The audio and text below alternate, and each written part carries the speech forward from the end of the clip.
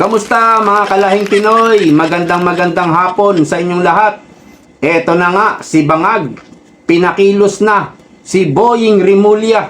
At iniisa-isa na nila ang Magnificent 13. Ayan po ang bagong majority sa Senado na binansagang Magnificent 13 na pinamumunuan ni Senate President Alan Peter Cayetano. Eto po. Bumanat po si Boying Rimulya.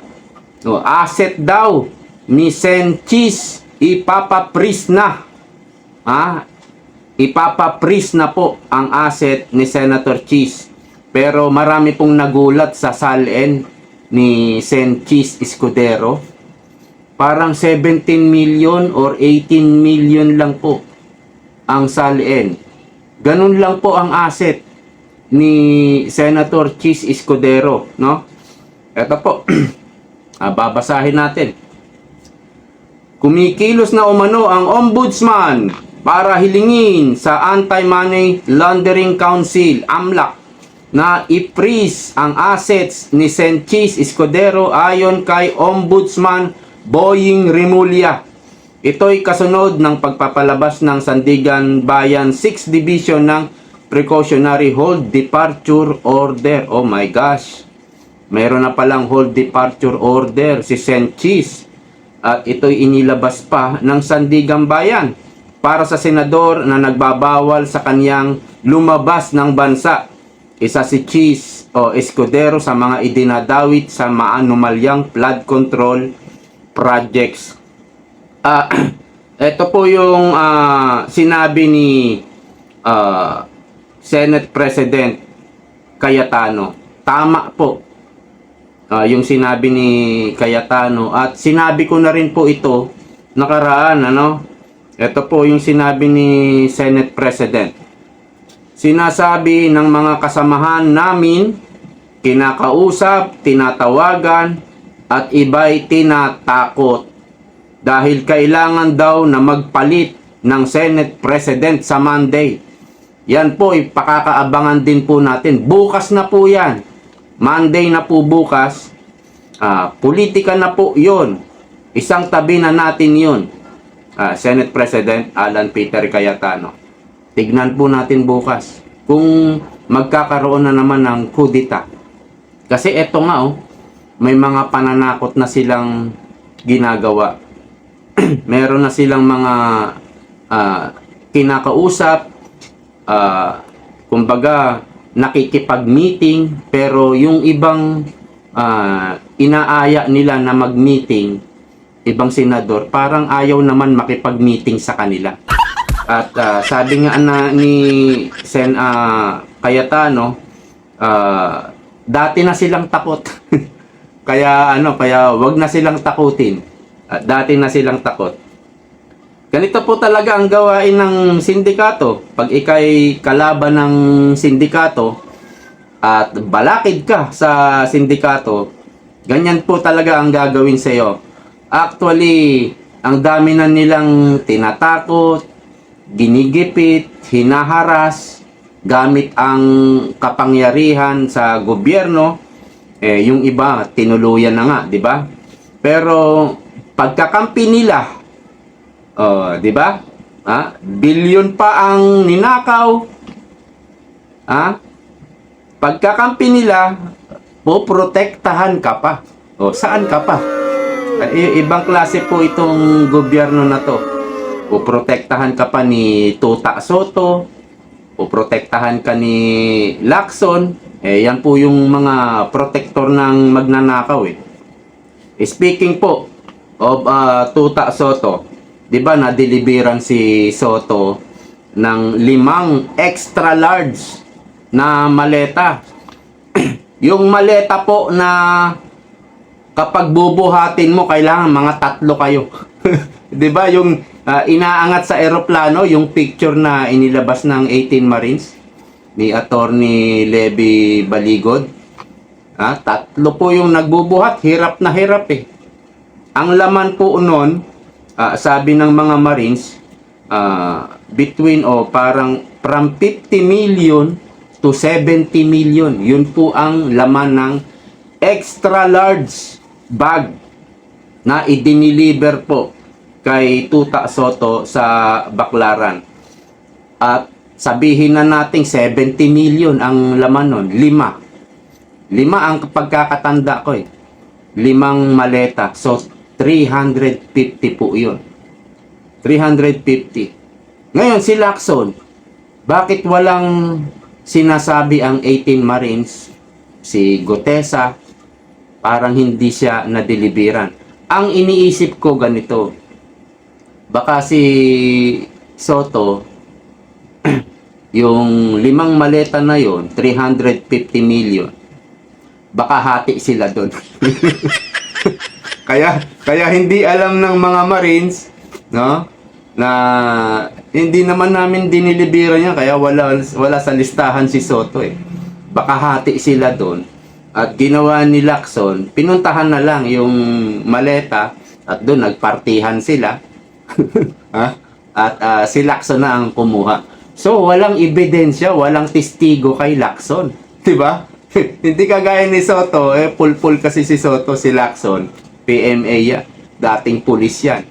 So maingat yan sa anong tawag doon, resibo. Maingat sa ebidensya, hindi nag-iiwan ng ebidensya yan.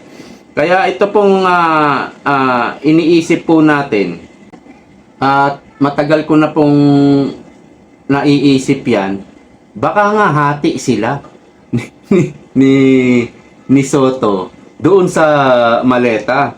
Kasi nga, tandem sila eh. Duo yung dalawang yan eh. At yung ginagawa ni Soto at Lacson sa pagtatanggol kay Bangag, may bayad pa rin po yan. Opo. Hindi po libre yan. Ang hirap ng mga ginagawa ni Soto at Lacson para ipagtanggol si Bangag. Tapos wala lang, libre lang. Ngayon po, si Cheese, Jinggoy, yung isa pa, yung si Villanueva, diba sila po yung nasasangkot sa flood control. Yung kay Jinggoy nga, alanganin sobrang alanganin dahil sinabi daw nung staff ni Jinggoy, yung pala, yung taong yun, yung babaeng yun, hindi naman pala staff ni Jinggoy. Kaya mali po yung paratang kay Jinggoy. Ito po, yung tatlong ito na isinasangkot sa flood control. Isipin po ninyong mabuti, no? Isipin ninyong mabuti, mga kalahi. Kung totoong nagnakaw itong tatlong ito, kung totoo, sabihin na natin. Alam naman nila sa sarili nila eh. Kung totoong nagnakaw sila, nagnakaw ako. Tapos, kakalabanin mo pa ang administrasyon. Bagamat wala tayong naririnig na masasamang sinasabi nila sa presidente, hindi nila binabatikos ang presidente kasi maiingat yung mga yan eh. At meron ng co-equal, no? Co-equal body. Kung totoong nagnakaw sila, bakit hindi sila kumampi sa administrasyon? Kung totoo, kasi alam na nila mangyayari. Kakasuhan sila. Kakasuhan po sila. Lalo na't may mga malalakas na ebidensya. Nasa DPWH ang dokumento. Makakakuha po si Bangag doon, sila Boying. Makakakuha sila ng ebidensya ron. Kung sasaliksikin lang nila. Yan po ang isipin po ninyo mabuti. Kung talagang nagnakaw sila, bakit hindi sila kumakampi? Yung mga totoo pong nagnakaw, sila po talaga yung kumakampi, hindi bumabatikos, hindi lumalaban sa korupsyon, sa flood control. Si Villanueva, siya po ang unang nagbunyag ng anomalya dyan sa flood control. Yung kumpanya ni Saldico, siya po ang unang nagbunyag niya. So kung ikaw, nagnakaw ka sa flood control, tas magsisiwalat ka ng ganyan, parang ang hirap namang isipin. Parang mahirap po isipin yun. o, o sabihin na natin, ano, si Bangag, sinabi rin niya, in-expose din daw niya. Pero ano sinabi lang niya, mahiya naman kayo. Kasi nabuking na. Nabuking na. Yung kay Villanueva, wala pa eh. Wala pa talagang nagsasabi. Wala pa, di ba? O, doon pa lang magtataka na kayo, isipin nyo. Bakit naninindigan itong mga to? Kasi parang naniniwala ako sa kanila eh. Siguro mga 70% naniniwala ako. Parang wala talaga silang kinalaman sa flood control. That's why nasa ano sila? Nasa panig sila ngayon. Hindi sila panig sa administrasyon. So isipin niyo po 'yan mabuti. Sana lang wag matinag itong Magnificent 13 at wag matakot kung wala namang ninakaw. Sigurado pong tatakutin yung mga yan. Sigurado po. Pero sana wag silang matakot. Lalo't wala naman silang ginawang masama. At wag kayong papasuhol. Ayun na. Kasi posible po na opera niyan. 1 bilyon, barya lang sa kanila yan. 2 bilyon, pwede po. Tumawid ka lang. Sumama ka lang kila Soto para sila yung maging majority. Kasi marami na pong nagsabi, takot na takot. Si Soto, si Lacson, takot na takot yung 2 Tulfo, Risa Hontiveros, takot sila. Baka pag inimbestigahan na ni Marcoleta, hindi natin alam kung si Marcoleta ulit ang ilalagay sa Blue Ribbon. Pero kahit sino, titindig dyan, uupo dyan, titindig, uupo. Si Marcoleta sigurado. Hindi mawawala si Marcoleta dyan. At pwede na nilang tawagin ang 18 Marines, Gotesa, excuse, baka saldi ko sa internet, sa Zoom. Pwede rin na lang matawag si Romualdez, baka kumanta yan, baka marami ikanta yan.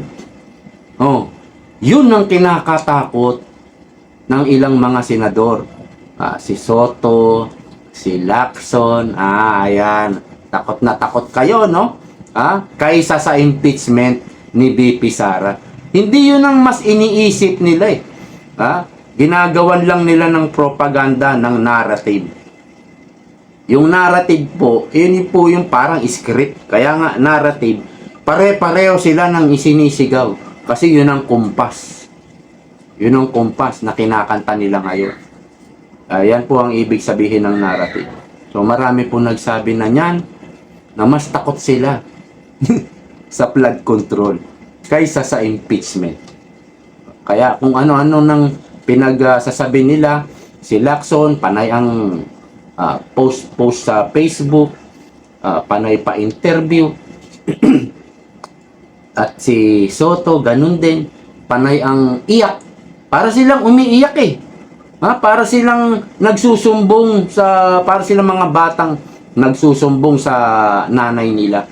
Parang ganun ang ginagawa nila. Yung feeling api sila. Pa-victim yun. Pa-victim po si Soto. Yan po yung mga naririnig natin sa mga DDS. Diyan sila takot sa mga Marines.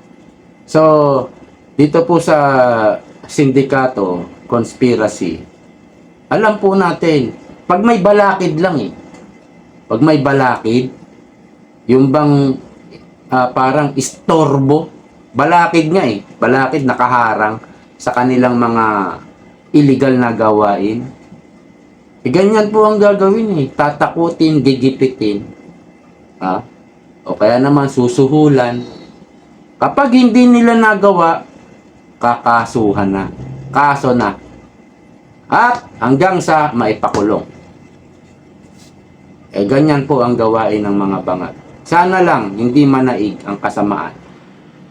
Sana maprotektahan po ng Panginoon ang Magnificent 13 dahil sila po, isa po sila sa mga pag-asa natin, pag-asa ng Pilipinas at pag-asa ng mamamayan. Sabi nga ni BP Sara, mahalin natin ang Pilipinas. See you next time. Bye-bye.